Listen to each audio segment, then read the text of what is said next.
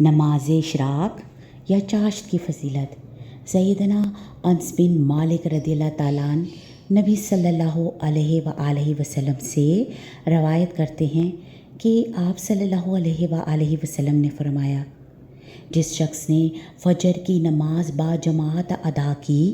پھر سورج طلوع ہونے تک ذکر الہی میں مشغول رہا، پھر اس نے 2 رکعتیں پڑھیں، تو یہ اس کے لیے مکمل حج اور عمرے کے اجر کے برابر ہوں گی۔ طیبی رحمۃ اللہ علیہ کہتی ہیں، اس کا مطلب یہ ہے کہ جس نے نیزے کے برابر سورج طلوع ہونے کے بعد جب مکروہ وقت ختم ہو گیا تو 2 رکعت ادا کی، اس نماز کو نماز اشراق کہا جاتا ہے، جو کہ نماز ضحیٰ کی ابتدائی صورت ہے۔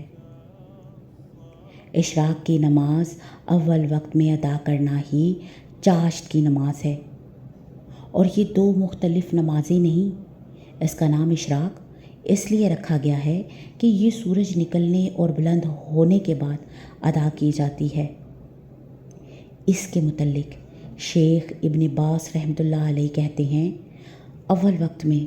چاشت کی نماز ادا کرنا اشراق کی نماز کہلاتا ہے، اور چاشت کی نماز کا وقت سورج کے طلوع اور اس کے بلند ہونے سے لے کر ظہر کی نماز سے قبل تک رہتا ہے۔ شیخ ابن عثیمین رحمۃ اللہ علیہ نے اس کا اندازہ لگایا کہ اس کا وقت سورج طلوع ہونے کے 15 منٹ بعد سے لے کر نماز ظہر سے تقریباً 10 منٹ قبل تک ہے، تو یہ سارا وقت چاشت کی نماز کا ہے، اور افضل یہ ہے کہ اس کی ادائیگی سورج کی گرمی ہونے کے بعد ہو،